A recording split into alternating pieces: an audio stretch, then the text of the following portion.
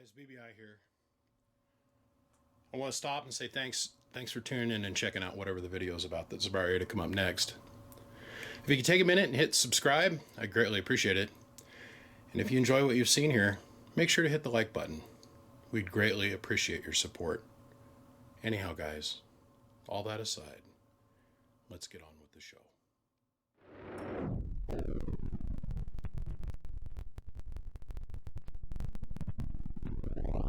I'm so lucky that I have a wife that keeps everything so well organized for me. Jim, I got your letter. I also enjoyed our phone call this afternoon. I went digging, and I found your app, and then I seen what you did.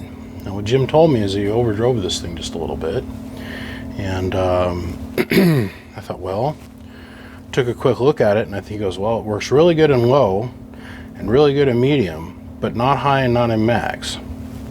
What we're talking about is this little, it's like a Palomar kind of knockoff. This is an Elite line, TX2250. And I thought that this was going to be a quick little in-out, wham-bam, thank you, ma'am kind of thing. I started looking at it and I was like, man, I don't even think he's got the resistor hooked up right. So what we've done is we removed the resistor pack here on the front. It's got to have some other problem. Now these are the parts that he sent with it. This would be, this here's a flyback resistor. That here's a flyback resistor. And then here's a 680 puff capacitor. It got hot and fell off the output transformer, this little guy. And then this is the input resistor, which it disintegrated. This input resistor here. So now what we're looking at is this is where the RF comes in from the relay section, okay? And then the RF comes out through here.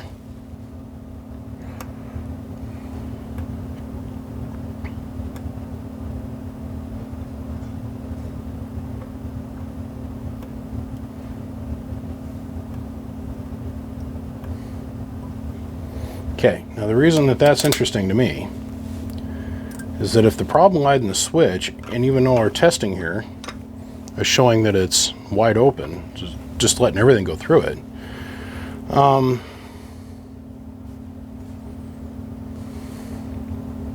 low, medium, and high knob wouldn't even work. It would just be constantly stuck in max. And he's telling me it's working great in low and medium, but not in high and max, which tells me it's going to be this resistor pack. I'm not seeing that being the case, since we're not showing any change in resistance value. I went through and I cleaned the contact points, and then I took this resistor, instead of having it soldered over the outside, which is fine, and you use this nice epoxy filled heat shrink to come over the edge of the board. Absolutely not necessary, because there is no conductor surface other than this little one right here. But you had enough clearance where you just cleared it with a leg. But good job. You actually did a very good job doing the solder work here, and also over here on the box. Over here in the box. So I'm going to install this, and let's rerun this, and I want to see what happens. I have spent most of this week, when I've had free time, which I haven't had a lot this week. This has been kind of a very messed up week. I had a wife that got food poisoning at the very first portion of this week. I had to stay up all night with her one night, and that set me all off on my sleep schedule, and which you guys already know isn't the greatest in the world. I've had kids' concerts and all kinds of stuff going on here lately, and I haven't been able to get out here and do anything that you all have been able to enjoy. And I mean, you're not going to be able to enjoy anything this week. Probably next week, because I've been working on this. This is what I've been building in my free time this week. Those of you that follow me on Facebook have seen all the porno pictures I've been putting up of this. Amplifier porn. Anyhow, that's another day. That's not this moment. And today has been one of those days where my pet peeve, one of the things I have a hard time with is guys that send me multiple texts to say one thing. And my pet peeve has been coming in to kick me in the butt. I've been, phones rang 100 times. It seems like words are leaving my lips, but they're not being heard by anyone. Like, hey. Like, I will sit there and go, I was on the phone with a guy today, and he was telling me all the different stuff he did to his truck. I'm like, oh, that sounds great. And he keeps saying to me, no. I'm like, what? He goes, no, I did it this way. And I said, yeah, that sounds great. And he's like, no. I'm like, I give up. I was like, oh, okay, cool, whatever, man. What I did do, Jim, is I took this wire, or the resistor, instead of having it come over the top, I stuck it back through the stock hole. I got in there and soldered it from the front side with a smaller, tiny tipped iron. Snuck that down in between the legs of the switch. Desoldered it from the back side, which you can do if you've got skills. And then we slid the resistor back in and soldered it in its stock position. Because I thought for a second you didn't have it hooked up to the right pin, hence the reason I had the spotlight out here and I was looking at the PC board. Now, the old radio trick that I learned from the very first guy I learned how to do through board technology from, he told me, he goes, man, you want to check a trace, you get a light. Shine it through the back side of the board. Hold on one second. Bebe. Hi, Bebe. I'm actually getting to shoot me a video for other people to enjoy. Exciting. What's up? I'm going out to buy dog food. I'll be back. Yay. Hey, guess what, everybody? My dogs need food. That's all right. All right. Love you, babe. Bye. She's off to go buy dog food. Take a light and you shine it to the back of the board. Now, we go forward a couple years. Now I'm like 16 or 17. I'm working at a CB shop here in town. They actually gone and they built lights in their workbench, and they could just flick a light on with their knee and you could see through the board. I did the same trick in reverse, but I pulled this out and I held it up to a Ryobi shop light. No, you had it hooked up to the right trace. So let's solder this puppy back together. Of course, we'll go to our 100-watt soldering iron to hook up these 16 million gauge wires. I had a guy one time bet me $100 that I couldn't wire him a stock mic with that 100-watt iron, and I took his money with a smile on my face.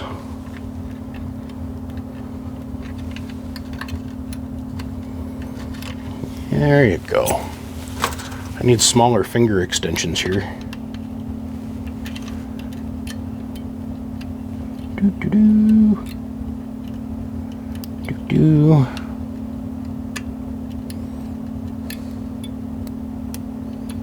Do-do. Okay.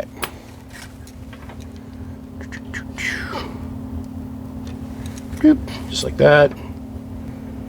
Now that's in place. Now hold that in place, hold it in place, hold it in place, hold it in place. Okay, we're solid. That looks good. My pet peeve is my phone has been going non-stop today. And it happens in waves. There's nothing I can do about it. And really how I should be looking at this overall, you guys, is that I should be grateful that somebody even knows how to dial my phone number. Bring you to here, bring you to there. It's not the size of the iron that counts. It's the skills of the fingertips that are rubbing up on it. Okay. I think that could be said about other things in the human world. All right, let me string some power over this thing. Today has been a lot of what I call I'm proud of your work. And what I mean by that is there's a lot of guys out there that are terrified to pick up a soldering iron. I mean, like, they're terrified of it.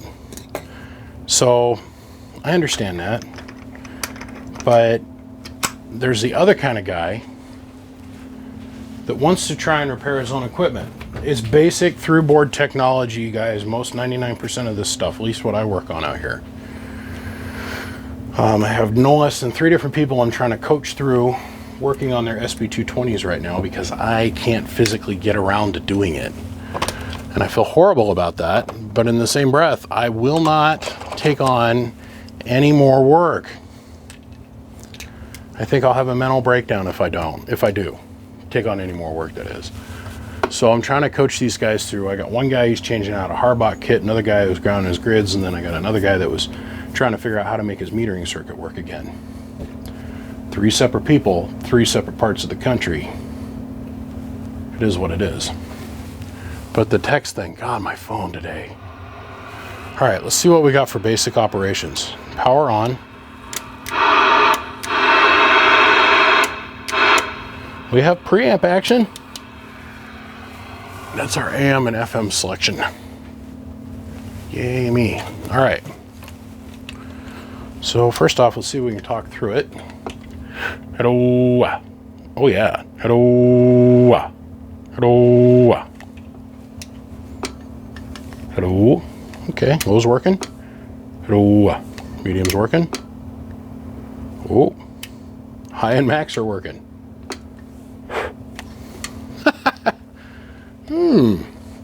Very interesting. All right. So the reason I bring up the I'm proud of you, good job for trying, is that this is the situation that we've got with Jim. Jim here has wanted to try and fix this himself, and I applaud him for that. I absolutely applaud him for that. I do. And I don't think he had his resistor hooked up all the way. Either that or we had a dirty connection on the low, medium, and high switch. So let's start out, and we're going to show you, this is a 100-watt slug, by the way. 100-watt element, 1,000 in average, whatever, 5-watt slug in reverse. Okay, so first we're just going to show you radio drive. Or 20 watts, right? 20 whole watts. We zoom in a little bit more better so you can see it from this oblique angle. Hello. All right, so we're going to bring the amp on. We're on low. Hello. Period. That's on low. Medium. Hello. Input tune's not too bad. Okay, now we're going to go to high. Hello. And now we're going to go to max. Hello. Let's turn our multiplier up. So now we're at 2x. This is on max. Hello. So just short of 200 watts. Now the bench supply right now is at 12 volts. 12 volts. That's all we're putting into this little bastard. It's 12 volts. I'm going to turn on my spectrum analyzer too. These little Palomars had a tendency not to be the keenest thing in the world. I'm just nice to, it feels so good to actually get out here and I don't care if it's just this one little thing. If I can just get one thing done per day, I feel like I'm making the pile of stuff over here that I have to finish go away. It's so depressing some days. You just come out here and you stand here and you look at all this stuff I've got and I'm like, oh God, it never seems to get any smaller. Okay. Oh. So I'm 14 volts with 20 watts of drive with, let's turn our 5-watt slug around and we'll turn the amp off.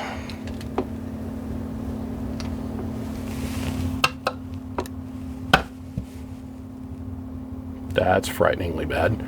Okay, so with a 1.5 watt input carrier going in, that gets us on max about 30 watt dead key, 40 watt dead key. Hold on, let me change angles for you guys. All right. So we're turning our little guy back on. Now we'll go over here. Right now there's guys out there that are like, oh, thank you, BBI. All right. So let's run it through our paces. We're in a 1x position, 100 watt slugging forward, as you guys can clearly see. Hello. There's our 20 watts again, right? Turn the amp on. Start out in low. Remember, that's a 1.5 watt dead key. Hello. Making 90 watts of power, medium. Hello. Over 100. Now we're all the way up to 20 watts of dead key with a 1.5 watt input. And max is 40 watts. Hello. And the input is not teabag. So let's go up to 2x now. Hello. All right, so now let's go over here and we're going to turn our power supplies on down below. We'll quit running on battery power. So now we should see a little bit more of an increase of output. Hello. Imagine that. This is a cutesy little bit too. Look at this. Hello, hello, hello, hello. It's clean. Hello, hello, hello, hello. Yeah, it's pinched, but the output power is clean. All right. So back over here to our unit of power output measure. Land it in the corner. Now we're down in 5. So fully deflected over there to the right is 500 watts. 275. I'll live with that. Let's go back down to what would be high instead of max. We're going to go down to high. 250, 240, medium. 200, low. 180. I'll live with that. And I'm perfectly comfortable with this. Now, I'm going to call Jim right now. I'm going to say, buddy, it was a simple fix. We had a wire hooked up in the wrong place, which I do believe is what the deal is. And you actually did good work, my friend. Your solder work looks good. There's a couple things I'd change. I'd change out these power leads. But you said that you've been running it like this for decades. And this is just the way your friend gave it to you, and you'd really like to continue having things that way. What I want you to do is I want you to run this. There goes the damn phone again. What I want you to do is run this, and then I want you to come feel this fuse holder. Just physically feel it. Because the one end of this fuse holder, after that little bit of talking on it, is about 108 degrees. Right here. About 108 degrees. I mean, it's significantly hotter. I don't know how well that's going to translate. One of these days, I'll somehow manage to trick the production company into replacing my couple $100 FLIR with one of them really super nice hamster gack frickin' ones that are like $1,400-1,500. I'm not gonna lie, I've got to buy that kind of crap myself. And every single time I turn around, I got $1,500-1,600 in the bank. All of a sudden, it's like bam, Christmas, or bam, Thanksgiving. So,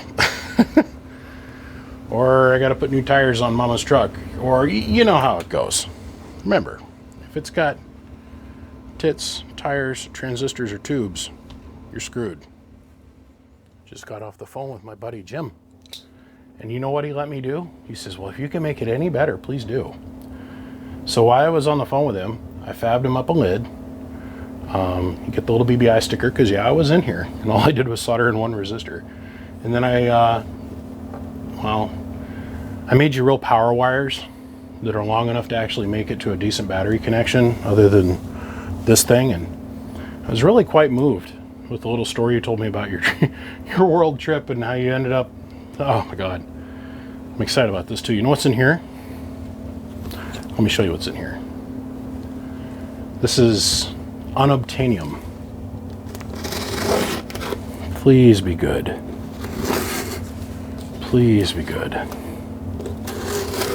I've had a Clipper, a Dentron, MLA 2500 that has been sitting here now for almost a year, because we have been looking for just this part. I hate packing peanuts. God, I hate packing peanuts. They made us do away with the straws. Then they made us do away with the packing peanuts. And when the packing peanuts went away, I cheered quietly. Oh, I'm excited. I'm excited. I'm excited. It's in good shape. This tube has been like trying to look for Chuck Norris's Love Baby while using the ambers from a dead unicorn horn to light our way through the woods. This has been a challenge to find this tube. This 8875, and we didn't need two, we needed one. Yay. We've got this Dentron that's going to be coming up for sale here probably within the next 48 hours, you guys. Because it's all done. I did all of this already. Completely reworked it. It's got mini coax. I rebuilt the relays. I redid the safety interlock circuit that was messed up on it. I pray to God this tube is good. Back to the task at hand. Jim, thank you so much for giving me a call today. my day was on the downward slope where I didn't think I was going to be able to get anything done. I really honestly was starting to get a little bit frustrated, a little tired, and just thanks for calling me and encouraging me and said, hey, can you just take one quick look at it? And it was something simple that we could work through really fast. So we've got it on max. We're on low, medium, max, okay, amps on. So now let's go back over here and we're on 1x again. Proof's in the pudding, my friend. So you're gonna put it down, well, let's leave this up on max. We'll turn the amp off. Let's reach over here, let's grab this element, let's flip it around. Our same 1.5 watts that we were putting in it just a minute ago, that was getting us about a 40 watt carrier on max, right?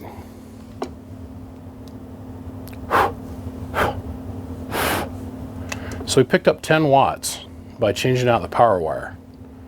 That's how much of a current restriction this wire was. Okay, so not that we've seen a huge performance on the output end of things, but we did see an increase. We were seeing about 275-ish watts, right? Hello. All she said. So start out on low. Hello. About 180. Hello. Medium, 200. High. Hello. About 225. And max. Hello. And did I bump the knob? I must have bumped my power supply knob. Because there's no way this little tiny amplifier is pulling my voltage down like that. Hello. There it is. Hello. There's our 300 watts. So let's see what we're getting for a baseline carrier again then. Same. Cool. Hello. 1111111. Jim, she's working. Thanks for the pickup today. Thanks for giving me a shout. Thanks for helping me have a little bit better evening. At least something gets to leave here today repaired and completed. At least one project gets to be done. This makes me happy. Believe me, you guys, nothing is dragging me down more than the huge quantity of projects that I have here, and it seems like nothing is getting done. A little bit of family issues this week. Don't worry, my wife's feeling much better. She's over her little food poisoning bout she had. But when you're building 24 pills and 16 pills and 2x4s, and that thing with Fred really messed me up too. I normally work Saturday and Sunday, and I just didn't have it in me. I came out here and I did that amp on Sunday, and it took everything I had. Anyhow, guys, I gotta run. Jim, thank you very much. Gentlemen, appreciate every single one of you, and I'm grateful for all of your trust, your support, and your willingness to send these kind of things up here for me to work on. Thanks Excess Power, thanks Siglet, Bird, and Coaxial Dynamics. And if things go the way I pray they might go, I'd really like to be doing a whole bunch of fun stuff with MechMan. So on that note, you guys, be good. Be good to each other and enjoy this hobby. There's very few of us left. We'll see you. Bye.